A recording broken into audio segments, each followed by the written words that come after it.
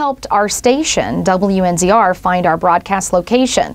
And it was always exciting every year to call him up and say, okay, Denny, we're getting ready for the fair. Can I get my location? Can you hook us up with a golf cart? Now, who should we interview and who can give us results on this show or that show? And he was just always willing to help us out, especially to help out our students who were learning and who were very nervous each and every year at the fair.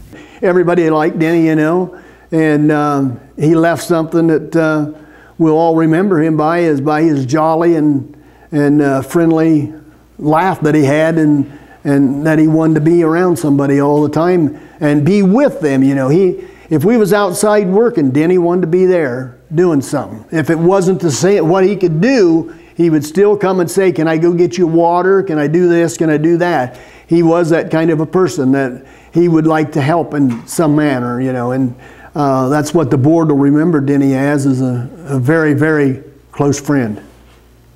You know, the Fair Board, the Lions Club, the Visitors Bureau, he just seemed to really enjoy getting involved in things and gave a lot of his time.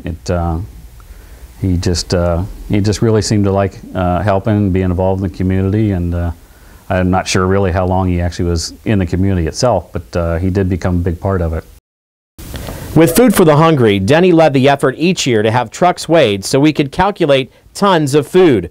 He worked alongside fellow volunteer Austin Swallow. He was that kind of guy. He wanted to help, you know, and whether it was being a good Lions or whether it was being part of the Food for the Hungry, he and Betty both. I mean, they're just, you know, people are made that way, and he was just one of those guys that was made to help other people.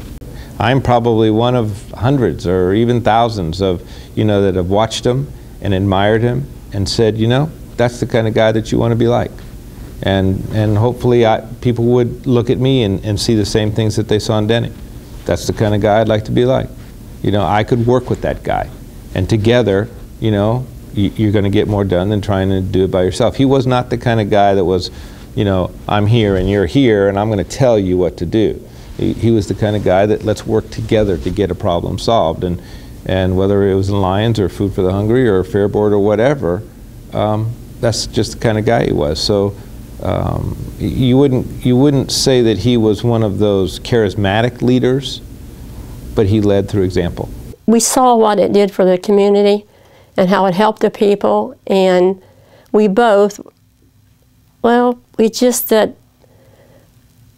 we really loved helping people and other people and their lives and how it affected their lives by being able to have the food and maybe have something else that they needed to do and got the food.